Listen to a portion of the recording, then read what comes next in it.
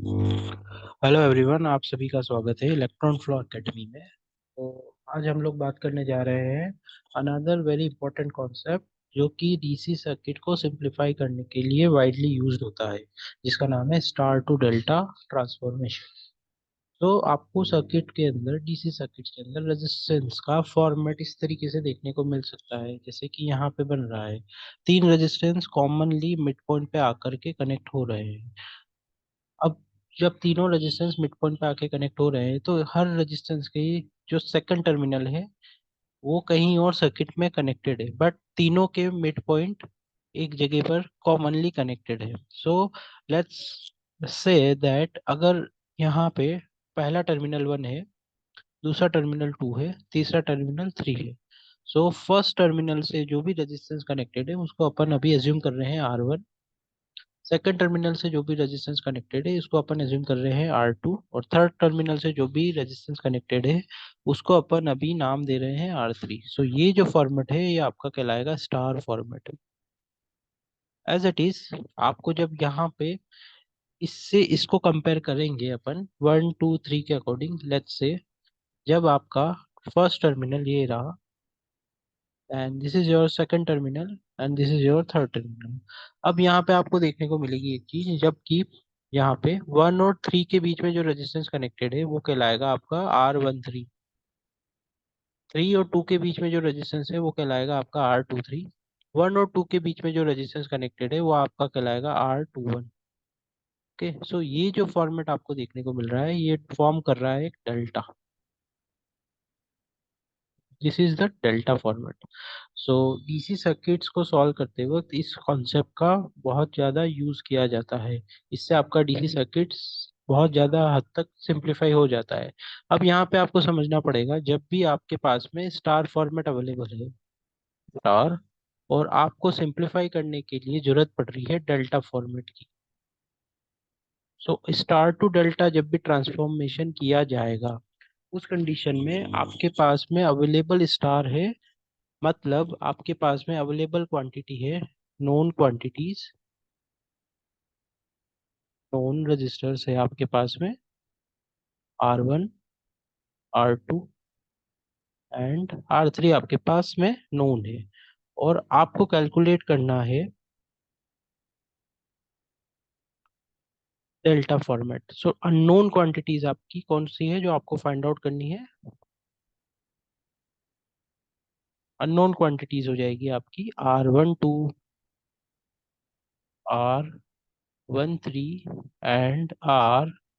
Okay, सो ये transformation कहलाएगा आपका स्टार टू डेल्टा। सो इस ट्रांसफॉर्मेशन को यूज में लेने के लिए कुछ फॉर्मूलाज होते हैं जो आपको पता होना चाहिए। फॉर एग्जांपल, मेरे पास ये वाली नॉन क्वांटिटीज अवेलेबल है, मुझे चाहिए डेल्टा की values in terms of R12, R13 and R23। सो यहाँ पे फॉर्मूला काम में लिया जाता है इस तरीके से। आपको पहले कैलकुलेट करना है R12। So R12 is given by R1 plus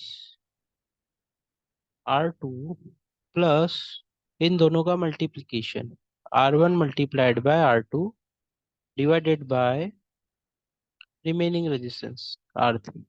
तो ये हो गया आपका R12। एज इट इज आप चेक करेंगे यहाँ पे R23 किस तरीके से फॉर्म किया गया है। R2 plus R3 plus R2 into R3 divided by remaining register, जो कि यहाँ पे बनता है R1। लास्ट आपको कैलकुलेट करने की जरूरत पड़ेगी R31 या फिर R13। ये फॉर्म होगा आपका R3 प्लस R1 प्लस दोनों का multiplication R3 into R1 divided by remaining resistance, जिसकी वैल्यू है R2। तो ये तो बात हो गई आप लोगों की जब आप लोग मूव करते हैं star to delta. Next concept आपको समझना पड़ेगा इसका रिवर्स, जो कि कहलाता है आप लोगों का डेल्टा टू स्टार। तो delta to star second concept आपका कहलाएगा यहाँ पे डेल्टा टू स्टार ट्रांसफॉर्मेशन। तो अब यहाँ पे आपके पास में नोन क्वांटिटीज और unknown quantities, delta to star अपन इसलिए समझ रहे हैं, कितनी बार सर्किट्स में होता है ऐसा कि डेल्टा फॉर्मेट आपको गिवन होता है, सिंप्लीफाइड करने के लिए स्टार की जरूरत पड़ती है। सो अब यहाँ पे आपके पास में नोन क्वांटिटीज क्या क्या है, आपके पास में अवेलेबल है R12, R23 and R31। Unknown quantities क्या है आपके पास में, R1, R2 एंड R3, ये आपको कैलकुलेट करना है। ओके, सो इनका फॉर्मूला आप यहाँ पे देख सकते हैं इस तरीके से।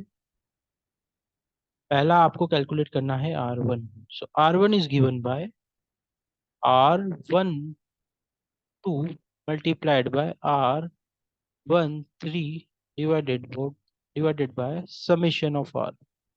जब भी आपको R1 कैलकुलेट करना है, जब आप डेल्टा टू स्टार मूव हो रहे हैं, तो वन से जो भी कनेक्टेड हो डेल्टा के अंदर रेजिस्टेंस, उसका multiplication divided by total summation of resistance. यहाँ पे here summation of R is equal to R12 plus R13 plus R32।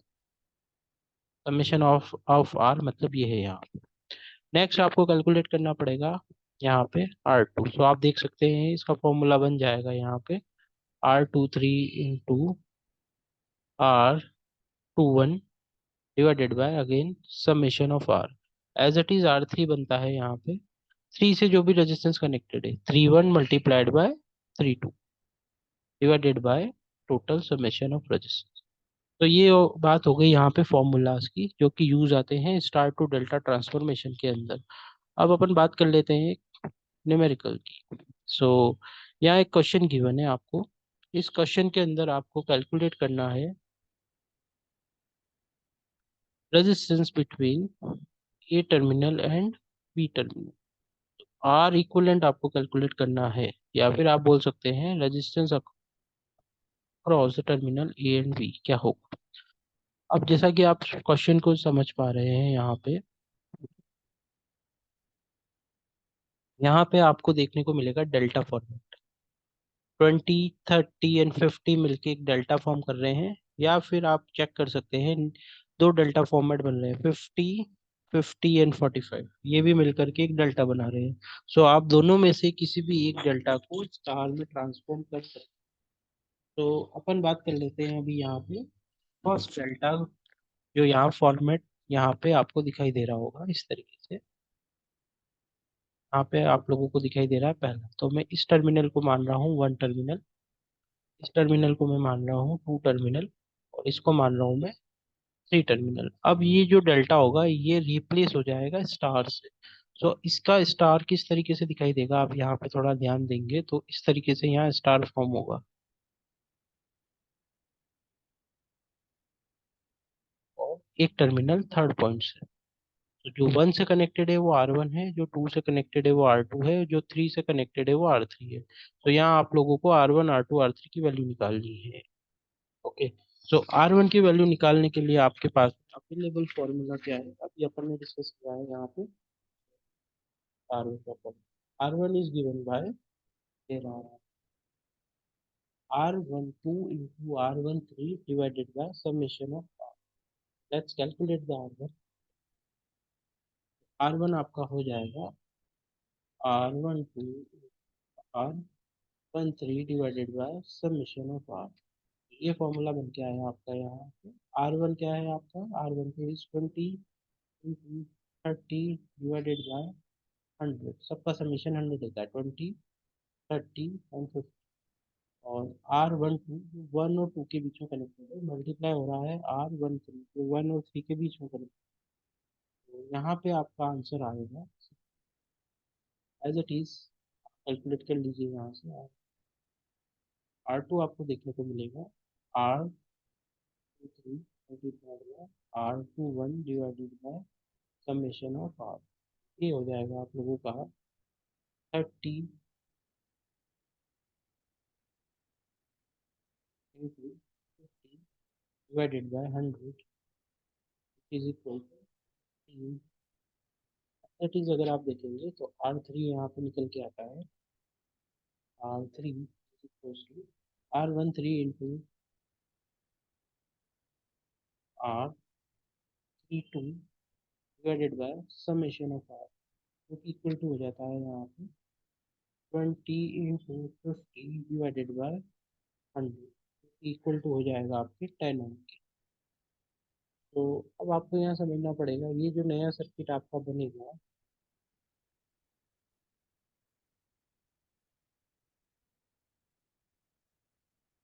इस तरीके से दिखाई देगा। देखिए, जो नया सर्किट आपको यहाँ देखने को मिलेगा वो कुछ इस तरीके से दिखेगा। अब आपने ये जो डेल्टा था उसको रिप्लेस कर लिया है स्टार से। नया सर्किट आपको देखने को मिलेगा इस तरीके से। आपका ए टर्मिनल है यहाँ पे,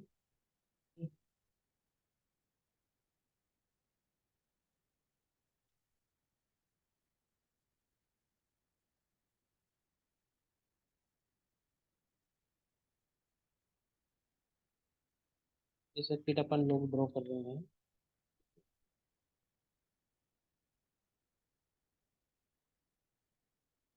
और A terminal, terminal now R1, then ये जो R1 है ये यहाँ से कनेक्ट, ये आपका R3 तो अपन ने बिल्कुल टच नहीं किया था वो एज इट इज बना दीजिए आप।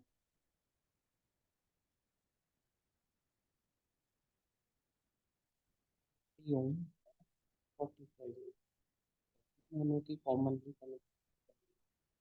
R1 की वैल्यू आपको देखने को मिल रही होगी यहाँ पे। R2 है यहाँ पे 15 ओम, R3 है यहाँ पे 10। अब आप यहाँ देखेंगे ध्यान से, अगर तो E से करंट फ्लो हो रही है, तो में फ्लो होके दो पार्ट में डिवाइड हो रही है। दैन वही करंट R3 और 50 ओम में फ्लो हो रही है, एक करंट, और एक करंट कंबाइनली कॉमनली फ्लो हो रही है R2 और 45। फिर दोनों करंट यहाँ पे वापस से मर्ज हो रही है, मर्ज होकर के बैक टू बी टर्मिनल जा रही है। यहाँ आप देखेंगे 10 ओम और 50 ओम सीरीज में है, 15 ओम और 45 ओम अगेन किसमें है, सीरीज में। नया सर्किट आपको देखने को मिलेगा यहाँ पे इस तरीके से। ये टर्मिनल 6 ओम R1 था आपका, यहाँ पे इन दोनों को आप कंबाइनली ऐड करेंगे, नया रेजिस्टेंस देखने को मिलेगा आपको 60। हाँ, आप कंबाइनली दोनों को ऐड करेंगे तो नया रजिस्टर आएगा अगेन 60। और ये आपका, ये 60 अपन ने अचीव किया था 10 प्लस, ये 60 अपन ने अचीव किया था 3 प्लस 40। तो अब आप यहाँ देख सकते हैं 60 और 60 अगेन किसमें है, सीरीज पर पैरेलल में, सॉरी 16 एंड 16 अगेन किसमें है, parallel। तो ये सर्किट अब ट्रांसफॉर्म हो चुका है इस तरीके से। तो 60 60 आप जब पैरेलल सॉल्व करेंगे आपको रेजिस्टेंस मिलेगा 30, आपका टर्मिनल। तो इसको अपन ने इस तरीके से सॉल्व किया था यहाँ, 1/16 प्लस 1/, आपको मिलेगा ये जब आप लोग क्रॉस मल्टीप्लीकेशन कर देंगे।